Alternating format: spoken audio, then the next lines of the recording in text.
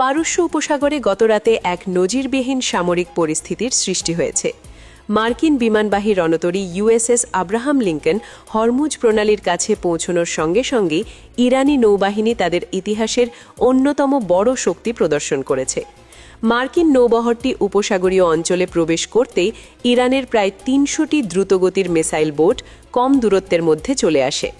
ইরানি নৌবাহিনীর এই আকস্মিক পদক্ষেপে মার্কিন রণতরী এবং এর স্ট্রাইক গ্রুপ বর্তমানে বিব্রতকর পরিস্থিতিতে পড়ে গেছে। পেন্টাগনের পূর্ব পরিকল্পনা অনুযায়ী এই অঞ্চলে মার্কিন উপস্থিতি বাড়ানোর কথা থাকলেও ইরানের এই পাল্টা পদক্ষেপ ওয়াশিংটনের সব হিসেব নিকাশ পাল্টে দিয়েছে। সরাসরি যুদ্ধের প্রস্তুতি হিসেবে ইরানি নৌবাহিনী তাদের সব জলযানকে প্রথমবারের মতো জাহাজ বিধ্বংসী ক্ষেপণাস্ত্রে সজ্জিত করে সাগরে নামিয়েছে। ইরানি নৌবাহিনীর এই কার্যক্রম ছিল অত্যন্ত সুপরিকল্পিত এবং আক্রমণাত্মক। মার্কিন বিমানবাহী রণতরী আব্রাহাম লিঙ্কন হরমুজ প্রণালী সীমানায় প্রবেশ করে তখন ইরানি বোটগুলো রাডারের চোখ ফাঁকি দিয়ে অত্যন্ত কম দূরত্বের মধ্যে চলে আসে। এই ৩০০টি বোটের প্রতিটি ছিল লোডেড মিসাইল বা ক্ষেপণাস্ত্র সজ্জিত। ইরানের পক্ষ থেকে স্পষ্ট বার্তা দেওয়া হয়েছে এটি কোনো সাধারণ মহড়া নয়, বরং যুদ্ধের জন্য পূর্ণাঙ্গ প্রস্তুতি। ইরানি নৌবাহিনী তাদের সব ক্ষেপণাস্ত্র ব্যবস্থা নিরাপদ গুদাম থেকে বের করে উপকূলীয় লঞ্চপ্যাডে স্থাপন করেছে। নির্দেশ পাওয়া মাত্রই সেগুলো নিক্ষেপের জন্য প্রস্তুত রাখা হয়েছে। মার্কিন প্রেসিডেন্ট ডোনাল্ড ট্রাম্প বা তার প্রশাসন যদি কোনো বেপরোয়া পদক্ষেপ নেয়, তবে তাৎক্ষণিকভাবে হরমুজ প্রণালী বন্ধ করে দেওয়ার সিদ্ধান্ত চূড়ান্ত করে রেখেছে তেহরান। এই পুরো অপারেশনটি সম্পন্ন হয়েছে রাতের অন্ধকারে এবং কঠোর মিডিয়া ব্ল্যাকআউটের মধ্যে। গণমাধ্যমের আড়ালে ইরানি নৌবাহিনী তাদের সক্ষমতার যে প্রমাণ দিয়েছে তা মার্কিন নৌবহরের জন্য বড় হুমকি হিসাবে দেখা দিয়েছে।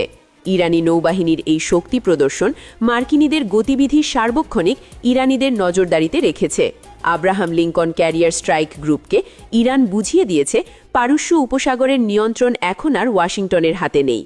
যে কোনো ভুল সিদ্ধান্তের ফলে এই অঞ্চলটি মার্কিন নৌবাহিনীর জন্য এক বড় ফাঁদে পরিণত হতে পারে। ইরানের সামরিক প্রস্তুতির একটি বড় অংশ জুড়ে রয়েছে হরমুজগান প্রদেশের উপকূলীয় এলাকা। বর্তমানে এই প্রদেশের পুরো উপকূল জুড়ে বিপুল পরিমাণ জাহাজ বিধ্বংসী ক্ষেপণাস্ত্র মোতায়েন করা হয়েছে। ইরান তাদের সামরিক ডকট্রিন অনুযায়ী শত্রু জাহাজ ধ্বংস করার জন্য তীব্র আগুনের শক্তি বা হেভি ফায়ার পাওয়ার ব্যবহারের পরিকল্পনা করেছে। হরমুজগান প্রদেশের ভৌগোলিক অবস্থান এমন যে এখান থেকে নিক্ষিপ্ত ক্ষেপণাস্ত্র খুব সহজেই হরমুজ প্রণালী দিয়ে চলাচলকারী যে কোনো জাহাজকে লক্ষ্যবস্তু বানাতে পারে।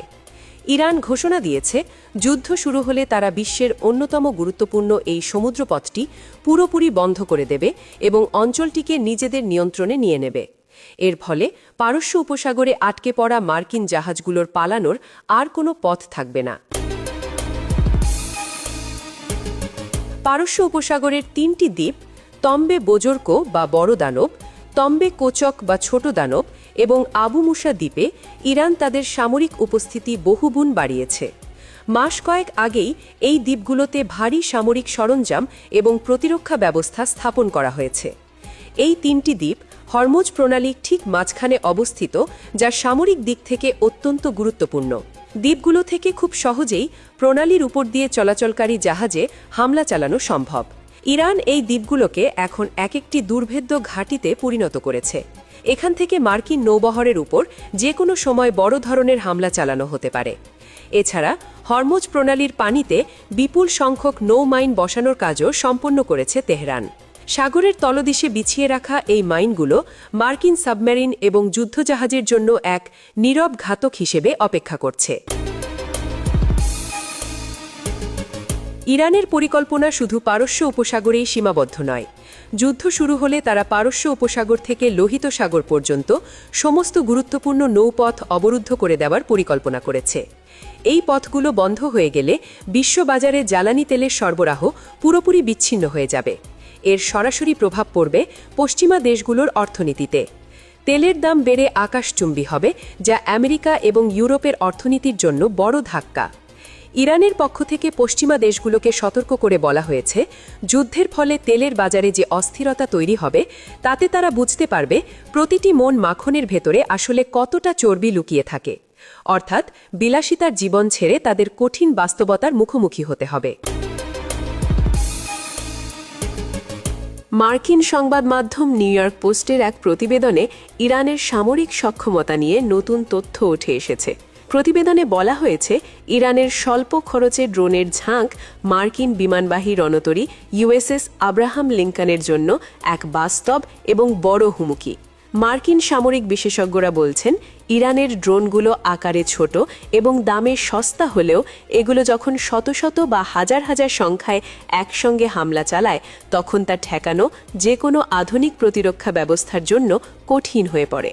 মার্কিন রণতরীতে থাকা আকাশ প্রতিরক্ষা ব্যবস্থা সীমিত সংখ্যক লক্ষ্যবস্তুকে প্রতিহত করতে পারে, কিন্তু ড্রোনের ঝাঁক সেই সক্ষমতাকে অকেজো করে দিতে পারে।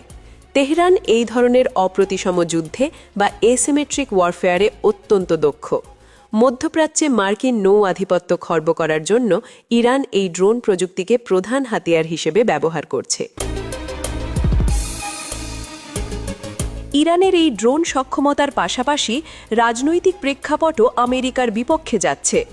পারস্য উপসাগরের আরব দেশগুলো, বিশেষ করে সৌদি আরব এবং কাতার, তাদের অবস্থান পরিষ্কার করেছে। এই দুটি দেশ জানিয়ে দিয়েছে তারা তাদের মাটিতে থাকা মার্কিন সামরিক ঘাঁটিগুলো ইরানের ওপর হামলার জন্য ব্যবহার করতে দেবে না। এটি মার্কিন সামরিক পরিকল্পনার জন্য এক বড় বিপর্যয়, কারণ স্থলভাগের ঘাঁটি ব্যবহার করতে না পারলে আমেরিকাকে পুরোপুরি নৌবহরের ওপর নির্ভর করতে হবে, আর সেই নৌবহর এখন ইরানের মিসাইল এবং ড্রোনের রেঞ্জের মধ্যে অবরুদ্ধ অবস্থায় রয়েছে। ফলে Abraham Lincoln career strike group এখন কোনো দিক থেকেই নিরাপদ নয়। মিত্র দেশগুলোর এই অসহযোগিতা আমেরিকাকে এই অঞ্চলে কার্যত একা করে দিয়েছে। ইরান এবং হিজবুল্লাহর পক্ষ থেকে পাল্টা যুদ্ধের হুঁশিয়ারি পরিস্থিতিকে আরও জটিল করে তুলেছে। লেবাননের প্রতিরোধ আন্দোলন হিজবুল্লাহ জানিয়েছে, আমেরিকাকে শুধু সাগরে নয়, পুরো মধ্যপ্রাচ্য জুড়ে প্রতিরোধের মুখে পড়তে হবে। ইরানি নৌবাহিনী এবং তাদের মিত্ররা যৌথভাবে মার্কিন স্বার্থে আঘাত হানার প্রস্তুতি নিচ্ছে। হরমুজ প্রণালীতে মার্কিন নৌবহর আটকে পড়ার অর্থ হল তাদের রসদ সরবরাহ এবং চলাচলের স্বাধীনতা পুরোপুরি ইরানের ইচ্ছার ওপর নির্ভর করছে।